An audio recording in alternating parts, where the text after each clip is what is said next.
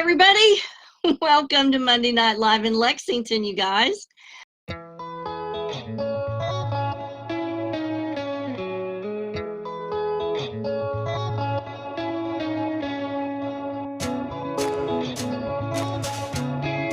of all, thank you all for being here as well. My name is Rachel Harris. I'm the adult programming coordinator. Kathryn Kauffman.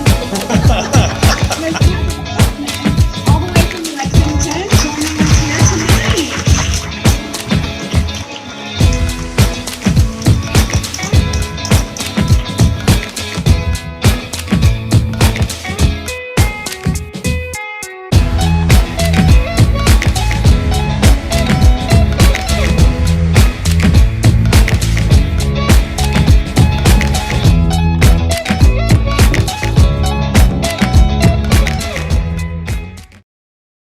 My name is Kathryn Kauffman, and I'm a psychic medium here in Lexington, Kentucky.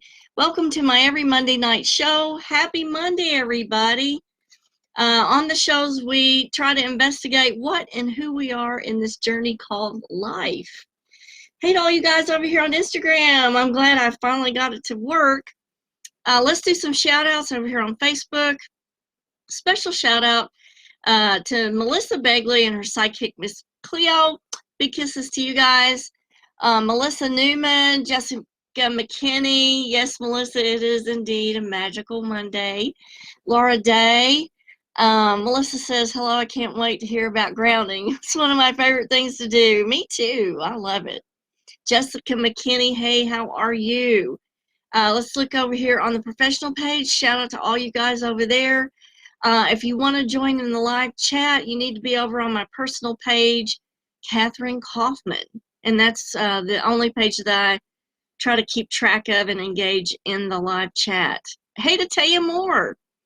So I hope your guys' weekend was good.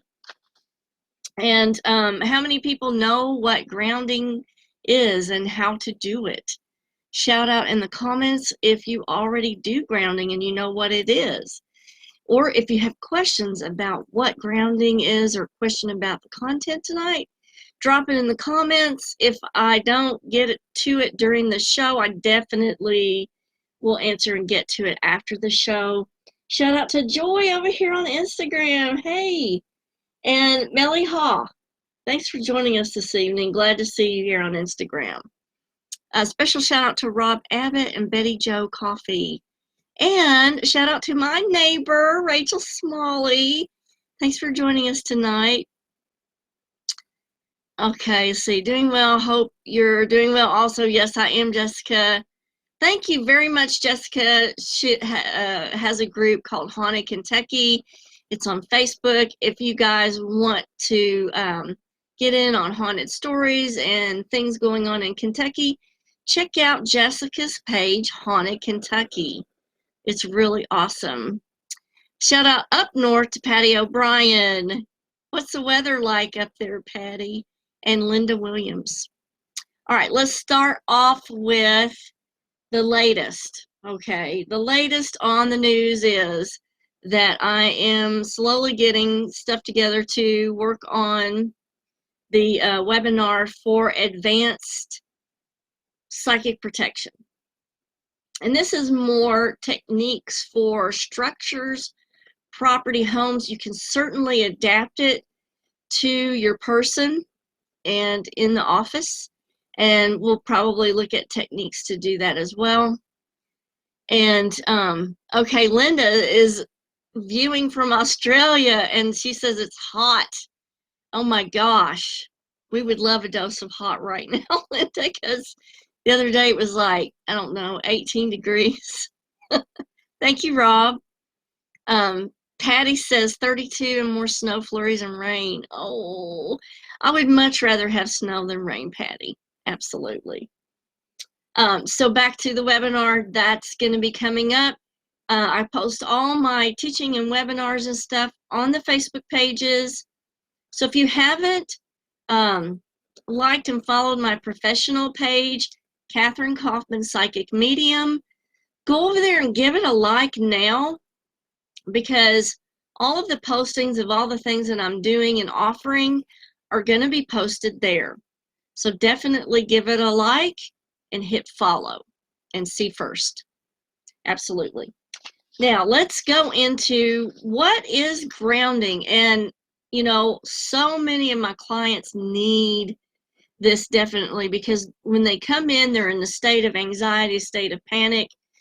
And what exactly is grounding? Grounding simply means connecting yourself with the earth, connecting yourself with your body and the earth, and becoming present or solid in the moment, in the physical. Okay. And what that does, when you connect with the earth, when you connect with your body, and when you focus in on sensation and tactile things, it provides a feeling of safety and security, and it takes away that feeling of fight or flight and the anxiety that goes with it. But there are other symptoms that go along with being ungrounded that we're going to start out with tonight, okay? So here are 13 signs of being ungrounded. And this is excluding the panic attacks and the anxiety. That's kind of one of these, but having anxiety rule your life and panic attacks is definitely a sign of being ungrounded. Another is if you get distracted very easily. And I also wonder how many people that are diagnosed with ADD simply could be helped by grounding exercises first instead of hopping straight to medications. I don't know. What do you think? So getting distracted very easily is a sign of being ungrounded. Somebody who sits around just kind of spaced out and locked into some kind of traumatic moment or overthinking things. And overthinking or ruminating on the past is definitely a sign of being ungrounded. Like if you've made a mistake and you keep going over it again and again and again in your mind, that's ruminating. So you're kind of caught up in that cycle of anxiety and panic when you are going over these thoughts over and over and over. Lots of people who like to engage in personal drama. And so what's happening there is they're so caught up in the emotion and the anxiety that goes along with it. It's almost like they pull other people into that cycle as well, and they're not there by themselves in that cycle. And that is a way that they try to feel more grounded, but it doesn't really work that well. Perpetual anxiety and worry, like perpetual worrying, and people who worry about the worry. People who have plan A, plan B, and plan C, and plan D. The over preparedness or over worry are definitely people that are ungrounded. Let's do some more shout outs. Hey to Cheryl, Buffin Campbell, Kim Asher, Charlotte Northcutt, Pamela Downey. Special shout out to Rolando Berger, Colleen Conley Lamb, and let's see, Betty Conklin over here on Instagram, Betsy Conklin. And let's see, I can't pronounce your name, Ha Marazi. Hope I said that okay. Let me give you a wave. And so we'll do some waves there. Awesome. Thanks, you guys, for coming and joining me tonight. Now, here are some other things that kind of allude to you being ungrounded. If you are like a hoarder and possessed by desire for material things, if you need to acquire things that you really don't need and you're hoarding them, that's a sign of fear. Okay, that's fear-driven anxiety, and it's a clear sign that you're not grounded. So if you're possessed by desire for material things, you're trying to provide some kind of security. If you're easily deceived by others or by yourself, that's a sign that you're ungrounded. People who are obsessed with their own personal image are definitely ungrounded because that is sort of fear-based. Now, let's go into the physical signs of being ungrounded. Constant inflammation, poor sleep, chronic pain, fatigue, and poor circulation. Okay, so all of those are signs that you're ungrounded. There have been a lot of studies that have been done on grounding exercises, and so the research is showing over the last 15 years that grounding does reduce inflammation. A lot of studies have shown that. A lot of studies have shown that signs that grounding improves your immune response and also reduces emotional stress and improves blood flow. And the biggest thing that we can see clearly is that grounding elevates your mood. Okay. So the first thing that we're going to look at is grounding in the body. So that means really paying attention to and connecting with the physical or the physical body. Okay, so grounding, you can also say that grounding is centering. It allows you to center yourself within your physical body. So grounding techniques are designed to redistribute the energy from your head or your mind to the physical body. Okay, so let's say you're all in your head and you're just tied up with anxiety and panic, and everything, your energy is centered here. Okay, when you are using grounding techniques, you're maybe looking at your hands, your feet, focusing on other physical things. And what that does is it brings the energy out of the mind and down into other physical parts and redistributes and evens that energy out. So that's something we definitely want to do. So let's look at some techniques. And two, if you guys have any questions on this, please let me know. So Rob says, hit the nail on the head, step up on cleansings bit. Now I have to step up on grounding. Worrywart. I used to be a worrywart, Rob, but I have learned what I usually do is I will get a letting go meditation off of Insight Timer. And I will do this meditation for letting go each day, each morning. And what that does is it keeps me reminded not to attach to any type of anxiety, but to go into the day knowing that there are things that I need to let go and I don't need to attach to. So I highly suggest getting the app Insight Timer and doing the meditations on there for letting go.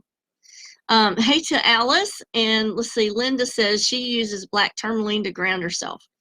Yes, absolutely, Linda. We're going to go over some gemstones at the end of the show that are definitely used for grounding. But here's some other techniques that you may want to use because a lot of people don't have access to gemstones, or they are not comfortable, don't know maybe how to use those. Cover your crown. Okay, when you're ungrounded, you place one hand over the crown of your head. That's it. Now, you can also wear a hat. Have you ever noticed how sometimes wearing a hat makes you feel safe and secure? The same thing can be done when you cover the crown of your head with your hand. And you want to do that for maybe a minute. Keep the hand up there. Close your eyes to avoid distraction.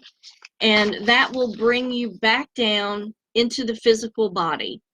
So we want to do things that allow you to contact with the physical and remind yourself that you're in your body and you're not out here with that emotion or anxiety. Feel your feet, okay? Sitting or standing, place all of your awareness on the bottoms of your feet. Maybe press your feet down into the floor, maybe take your shoes off, shuffle your feet back and forth and feel the floor, feel that tactile sensation, maybe feel the cold of the floor or the warmth of the floor, and put all of your awareness into that tactile sensation of your feet on the floor and press your feet into the floor. And you can do that for about a minute. Now, one of the best grounding tools that I have found in the last couple of years are the foot salt lamps. And you can get these off of Amazon. It's a dome-shaped salt lamp. And you have to put a special bulb in it. It has to be at least a 40-watt bulb to get the salt to warm up. And once the salt warms, you take your shoes off and you put your feet directly on the salt lamp, okay? Everybody knows how grounding and solid salt is for you, how cleansing of negative energy it is. And the warmth of the globe and the action of the salt really draws that negative energy out and grounds it out into the salt. And so, like, if I have a client who's really stressed out or really anxious, I will let them use my dome salt lamp for a few minutes at the end of the session, and it really works wonders. So your feet are huge for becoming grounded. Another way that you use your feet to get grounded is, and this is a different type of grounding that's provided by the earth. It's provided through contact with the earth. And a lot of books and science on it right now is calling it earthing, but it's really a grounding technique. So Linda says she has a salt lamp in every room in her home. Yes, they're absolutely amazing. Absolutely amazing. Shout out to Connie Brock Powell and Cynthia Lynch Carlson. Thanks for joining us this evening. So Rob says head wraps are a necessity. Yes. Hey, LJ, good to see you here tonight. Awesome to see you. And a Domestic Diva Kentucky, thanks for joining us on Instagram. So back to using your feet in grounding and earthing. We get vibrations from the earth. The earth resonates at a frequency of 7.45 hertz, which is equative to a mild meditative brainwave state. And when we contact the earth with our feet, we not only receive negative ions from the earth, which is super duper, it gets rid of the free radicals. It's antioxidant. And so we receive those from the earth, but we also entrain to the earth's energy of 7.45 hertz. And so it's kind of a double whammy with that. But your feet definitely coming in contact with the earth, receiving those antioxidant negative ions, and also allowing you to entrain to that 7.45 hertz, bringing your brain waves down, allowing your body to relax is definitely a huge thing. Now, at the end of the show, what I'm going to do is put a link to a website that has grounding, earthing products. And if anybody is interested in those, you can go on to there and do some more research about that. So LJ says, I catch myself pushing my feet into the ground all of the time. Never knew why. Now you know. So Cynthia says, I did earthing grounding when I had cancer. Also, if I'm feeling poorly, I do at least an hour. I do it for at least an hour. It really makes a difference as I meditate on God's word. That is so great. It's such a great practice, Cynthia. And the more people that you can share that with, the better, because it's a huge help through your life. So let's get back to number 3, follow your breath. And a lot of grounding exercises do this.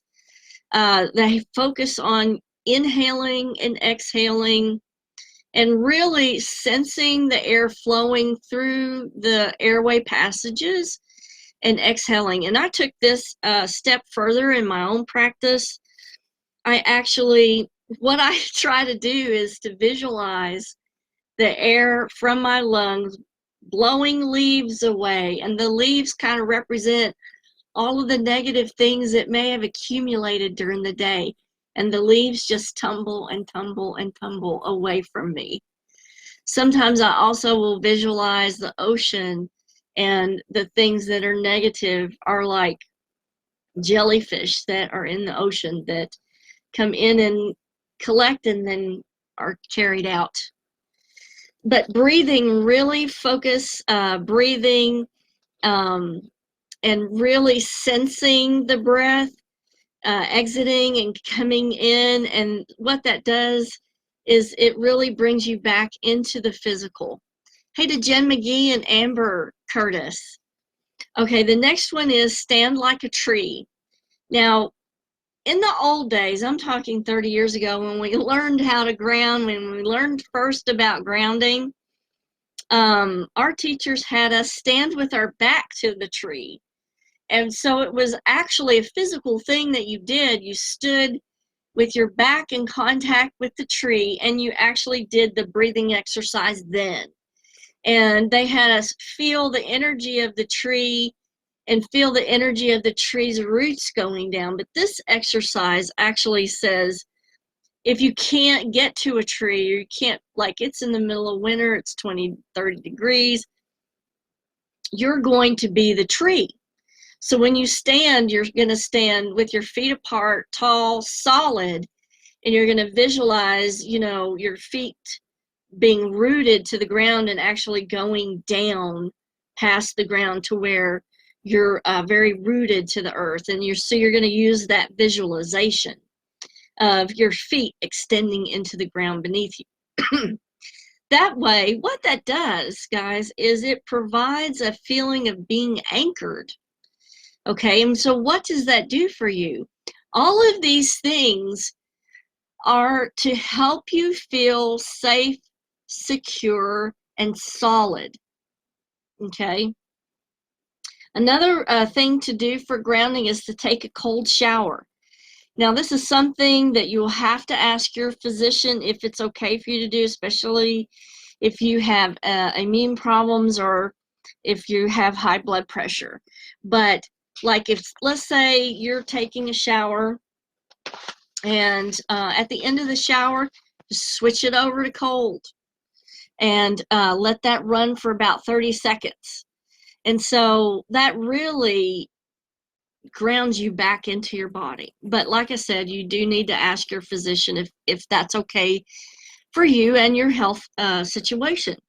It's invigorating, it's grounding. I've seen a lot of programs on YouTube where Scandinavian and Swedish people in particular will take ice baths in the morning, and it's very invigorating and grounding for those type of people. Shout out to Lydia Withrow and Deanna Childers. Good to see you here. And to Linda over here on Instagram. Okay, so let's look at some other things right here. And we're going to go on to earthing, because that's the other part of this grounding exercise. So earthing simply means connecting the physical body to the earth, to where you can receive these negative ions and these antioxidants that are provided by that. From an earthing perspective, our bodies are short-circuiting all the time because, used to, we wore shoes that conducted the electricity. They were made of natural products, but now most of the soles on our shoes are rubber. And so what that does is it short circuits everything, and we're not connected at all with the earth. And that's a huge problem. So when you're doing earthing, it is really important that your feet are in a natural type of shoe, or that your feet are directly on the earth. And you want to have at least two of your body parts in connecting the earth. So you want a complete circuit. So you can't just put one foot down and have a complete circuit. It needs to be either 2 feet or maybe 1 foot and 1 hand, but we have to have that complete circuit to provide for this earthing effect. So Cynthia says cold water also helps mitochondrial. I've been reading on this autophagy. Awesome. And this has been a perfect talk. Thank you. Well, thank you for tuning in, Cynthia. I always am really happy to see you on here, and I miss our days of talking at the VA. Hey, to Donald, nice to see you here. Okay, so the health benefits of earthing are amazing. And so the theory is that earthing allows the transfer of negatively charged electrical ions from the Earth's surface to the body through either contact with the body or making sure that you're not impeding the Earth's electromagnetic field conducting through your shoes by wearing, the rubber shoes. And it also allows us to entrain to the energy of the earth. Now, the scientific studies behind earthing has shown that earthing actually reduces the blood's viscosity and also reduces inflammation, which, potentially could help cardiovascular health and all kinds of other things. So studies are being done on this, and they're all on the internet. They're easy to access and look up. Now, most of us, when we're in a state of anxiety or panic, our sympathetic nervous system is very overactive. So we have excessive emotional stress that's connected with that. And the studies along with earthing have shown that this technique produces a calming and balancing effect on the nervous system. So this is like something we all need to look into. After all, we are beings of an electrical current, and our magnetic fields our electricity and magnetic fields fill the body. Dead bodies do not emanate an electromagnetic field, and so that's part of what makes us up as a spirit. So there's a big, huge part of medicine now that they're calling the human biofield, and it's bioenergetics, and it's a big growing field, and it's the study of energy medicine. So that might be something that you want to look into, especially if you have some health problems that you want to focus on. And Betsy over here on Instagram says, having my dogs around me is very grounding. You are awesome, Betsy, because that's one of the things on this list for grounding that we were going to go over, but you beat me to it. But it is, anything that's tactile sensation that draws your attention to the physical, like playing with your pets and petting them, and it takes your attention away from being caught up in the emotion and the electronics of the emotion.